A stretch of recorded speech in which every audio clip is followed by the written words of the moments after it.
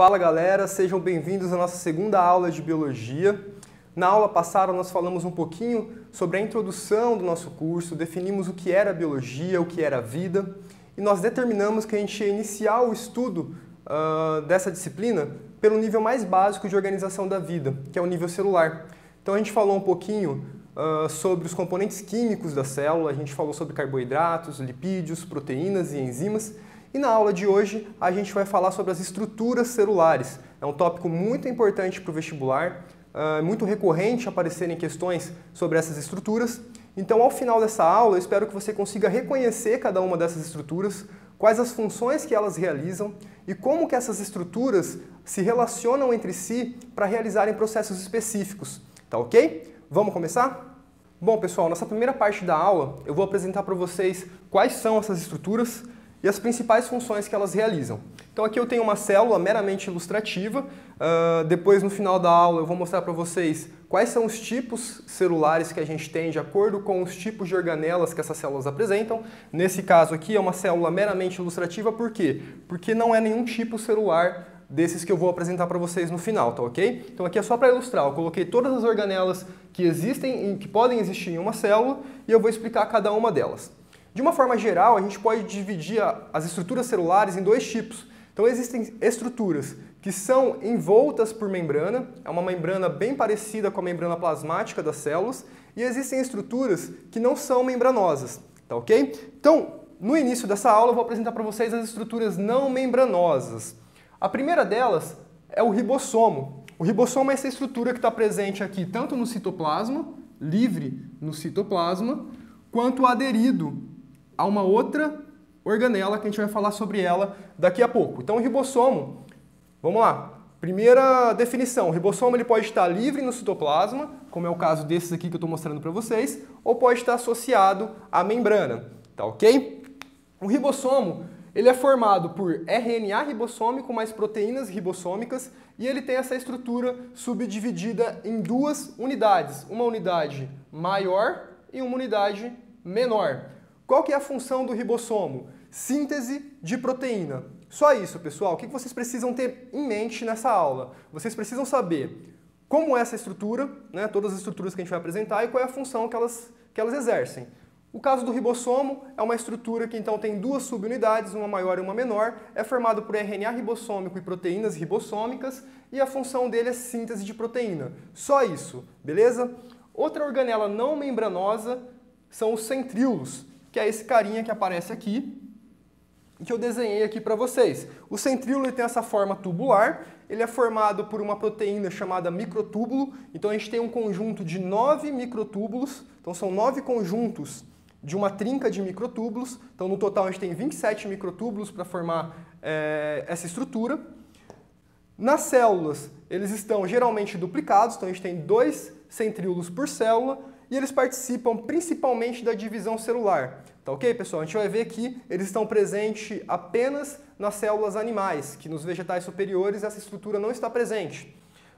Ele participa então da divisão celular e ele também é uma estrutura responsável pela formação de cílios e flagelos, que são estruturas da célula que estão relacionadas com a locomoção.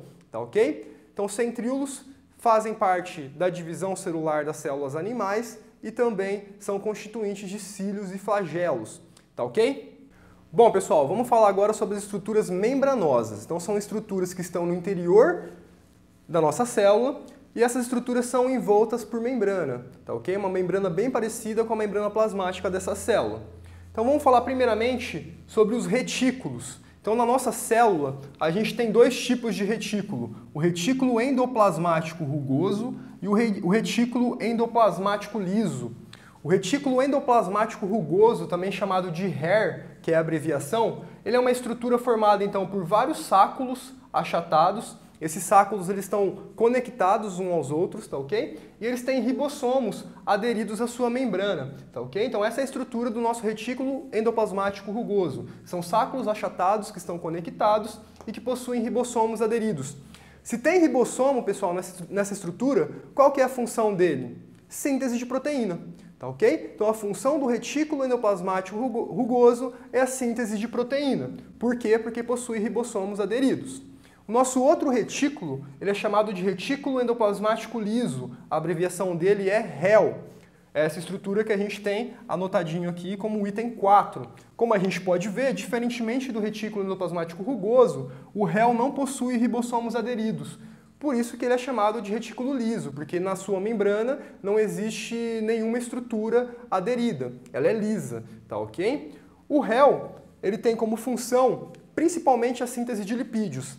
Seja esse lipídio um lipídio que vai ser integrado à minha membrana ou um lipídio que vai ser exportado, vai ser secretado da célula, tá ok? Então uma síntese de lipídios tanto para o interior da célula quanto para fora da célula. Na nossa aula passada, quando a gente falou sobre lipídios, a gente viu que os lipídios são precursores de hormônios esteroides, tá ok? Então aqui também a gente tem como função o retículo endoplasmático liso a produção de hormônios esteroides. Além disso, uma outra função do REL é a detoxificação de substâncias, tá ok? Então quando a gente ingere alguma substância tóxica para o organismo, essa substância vai ser degradada em algo que não tenha nenhum efeito para o meu organismo. Essa detoxificação é feita pelo retículo endoplasmático liso nas células hepáticas, nas células do fígado, tá ok? Então vamos lá, só resumindo, retículo endoplasmático rugoso ou HER, é só lembrar aqui ó, o R'inho do HER pode ser um R do ribossomo, então ele tem ribossomos aderido, logo ele faz síntese de proteína. REL, o Lzinho do REL aqui é o L de lipídio, então o REL faz síntese de lipídios, seja para a membrana ou para fora da célula, tá ok? E também faz a detoxificação de substâncias tóxicas e a produção de hormônios esteroides. Vamos ver as próximas estruturas? Bom, pessoal, uma outra estrutura membranosa muito importante na célula é o complexo de Golgi, ou complexo golgiense. Como é que é a estrutura do complexo de Golgi? Ele também é um conjunto de sáculos achatados, que nesse caso a gente chama de dictiossomos. Então cada um desses sáculos aqui é chamado de dictiossomo. E qual que é a função dele? Armazenar substâncias produzidas pela célula. Então a minha célula produz proteína? Sim, a gente viu que o retículo endoplasmático rugoso produz proteína. Então a proteína produzida aqui no retículo endoplasmático rugoso, ela é levada até o complexo de Golgi. No complexo de Golgi, essa proteína vai ser empacotada, vai ser formada essas vesículas membranosas com essa proteína lá dentro. Dentro desse pacotinho, dentro dessa vesícula, essa proteína vai ser modificada para ela se tornar ativa e ela pode ser secretada da célula, pode ser mandada para fora da célula ou vai continuar dentro da célula para exercer alguma função intracelular, tá ok? Da mesma forma com os lipídios. Então a gente viu lá que lá no REL, no retículo endoplasmático liso, a sua principal função é a síntese de lipídios. Então os lipídios produzidos pelo REL vão se encaminhar para o complexo de Golgi, vão ser empacotados em vesículas, vão ser modificados para se tornarem ativos e vão ser secretados da célula ou vão permanecer no seu interior para exercer alguma função. Então, por exemplo, um lipídio de membrana, né, um lipídio que tem como função substituir uma parte da membrana, reconstituir a membrana plasmática da célula, ele vai ser produzido aqui no REL, vai para o complexo de Golgi, vai se formar uma vesícula, essa vesícula se funde com a membrana plasmática, porque elas têm a mesma constituição, e o lipídio consegue, então, entrar naquela parte da membrana e fazer parte daquela região específica daquela membrana, tá ok? Então, o complexo de Golgi tem como função principal a secreção de substâncias, armazenamento e empacotamento de substâncias, tá ok? Para ser secretado depois para fora da célula. Além disso, o complexo de Golgi também tem como função a formação do lisossomo, que é a estrutura que a gente vai falar aqui, já na próxima parte dessa aula. E também a formação do acrossomo. No espermatozoide, pessoal, a célula gamética masculina, a gente tem na estrutura da cabeça do espermatozoide, então, por exemplo, aqui eu tenho um espermatozoide, ele tem a cauda e a cabeça dele. Numa região bem próxima aqui da região terminal da cabeça do espermatozoide, existe um sáculo que é chamado de acrossomo. O acrossomo, ele é formado pelo complexo de Golgi. Então ele é uma vesículazinha que ele está cheio de enzima digestiva dentro desse sáculo. Por quê? Quando o espermatozoide chega no óvulo, para ele poder penetrar, ele libera as enzimas que estão dentro do acrossomo, essas enzimas vão digerir a parede, né, a membrana celular desse óvulo, e o espermatozoide consegue entrar naquele óvulo, tá ok? Consegue fecundá-lo. Então, o complexo de Golgi também é responsável pela formação do acrossomo. E além disso, ele também é responsável pela formação da lamela média. A gente vai ver um pouquinho melhor sobre a lamela média quando a gente falar sobre divisão celular. A lamela média é uma estrutura que participa da divisão celular das células dos vegetais, que contém uma grande quantidade de polissacarídeo, tá ok? Que é, no caso, a celulose, que vai formar a parede celular dos vegetais. Então, no processo de divisão celular das células vegetais, vai se formar a parede celular das novas células a partir da lamela média, que é uma estrutura, então, formada pelo complexo de Golgi. Tá ok? Então o complexo de Golgi tem a função de empacotar, modificar e secretar substâncias que são produzidas pela própria célula. Beleza? A gente viu que o complexo de Golgi forma uma outra estrutura celular que é chamada de lisossomo. Então o lisossomo ele é uma vesícula proveniente do complexo de Golgi e que está cheio de enzimas digestivas. Tá ok? Essas enzimas, então, foram enzimas produzidas lá no retículo endoplasmático rugoso, lembrando que enzima é um tipo de proteína, então ele foi sintetizado lá no retículo endoplasmático rugoso, no HER, foi para o complexo de Golgi, foi empacotado e formou-se uma vesícula, como essas vesículas que a gente vê aqui no nosso desenho, tá ok? Essa vesícula, então, cheia de enzima digestiva, é chamada de lisossomo. Qual é a função do lisossomo? A digestão intracelular, seja ela heterofágica, ou seja, de alguma substância que foi ingerida pela célula, algo de fora, ou a digestão autofágica, quando a célula faz a digestão de alguma organela velha ou de alguma estrutura velha da célula, ou seja, uma estrutura dela mesma, tá ok? Por isso que é autofágica. Nós vamos falar desse processo na nossa próxima parte da aula. Então, lisossomos têm como função a digestão intracelular, beleza? E é formado então por uma vesícula com um conteúdo de enzima digestiva em seu interior. E é formado pelo complexo de Golgi. Belezinha, tá claro? Vamos falar das próximas estruturas. Pessoal, existe uma estrutura na célula que ela é bem semelhante ao lisossomo e ela é chamada de peroxissomo. Então, basicamente, o peroxissomo ele também é uma estrutura, ele também é uma vesícula muito parecida com o lisossomo, só que ao invés de ele ter no seu interior enzimas digestivas, ele tem enzimas antioxidantes. Então, o que seriam essas enzimas antioxidantes? São enzimas que elas neutralizam algumas substâncias que são tóxicas para o nosso organismo. Então existem algumas substâncias que são derivadas do oxigênio e que podem causar sérios danos para o nosso organismo. Elas conseguem modificar várias moléculas e fazer com que essas moléculas se tornem moléculas perigosas para o nosso organismo, tá ok? E tudo isso por conta de uma oxidação. Então é uma molécula que é derivada do oxigênio e ela causa oxidações em outras moléculas, tornando essas moléculas prejudiciais para o nosso organismo. Então existe um sistema de defesa no nosso organismo, chamado de sistema antioxidante, onde participam algumas enzimas que têm como função neutralizar essas substâncias. Então um exemplo de enzima que tem essa propriedade é a catalase. Então a catalase é uma enzima que está presente no interior dos peroxissomos e tem como função neutralizar o peróxido de hidrogênio, que tem essa fórmula molecular H2O2. Então o peróxido de hidrogênio é um composto oxidante, tá? Ele pode causar sérios danos para o nosso organismo. A catalase consegue transformar o peróxido de hidrogênio em água e oxigênio, ou seja, transforma algo que é perigoso para o nosso organismo em duas moléculas que são fundamentais para o metabolismo, a água e o oxigênio. Então, basicamente, essa é a função de uma enzima antioxidante. Então a catalase é um exemplo de enzima que está presente no interior do peroxissomo, beleza? Bom pessoal, vamos falar agora de duas estruturas também muito importantes para a célula, para o metabolismo celular, que é a mitocôndria e o cloroplasto. Você já deve ter ouvido falar dessas duas estruturas, você deve saber que existe uma diferença entre essas estruturas com relação à célula vegetal e à célula animal, mas a gente vai falar isso na última parte dessa aula. Mas basicamente, pessoal, vamos falar da estrutura, né, da morfologia dessas duas estruturas celulares. Então a primeira delas é a mitocôndria, que também está aqui na nossa célula indicada pelo número 8, correto? Então o número 8 aqui na nossa célula é a mitocôndria.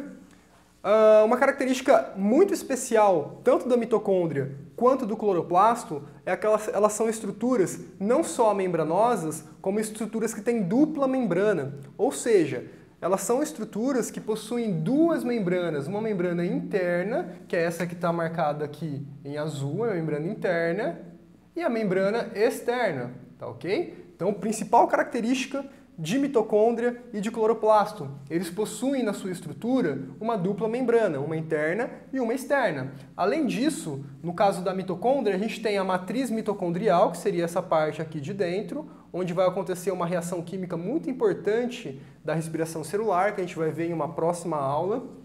E, visem bem, pessoal, isso é muito importante. Mitocôndria possui DNA e RNA próprios, tá ok?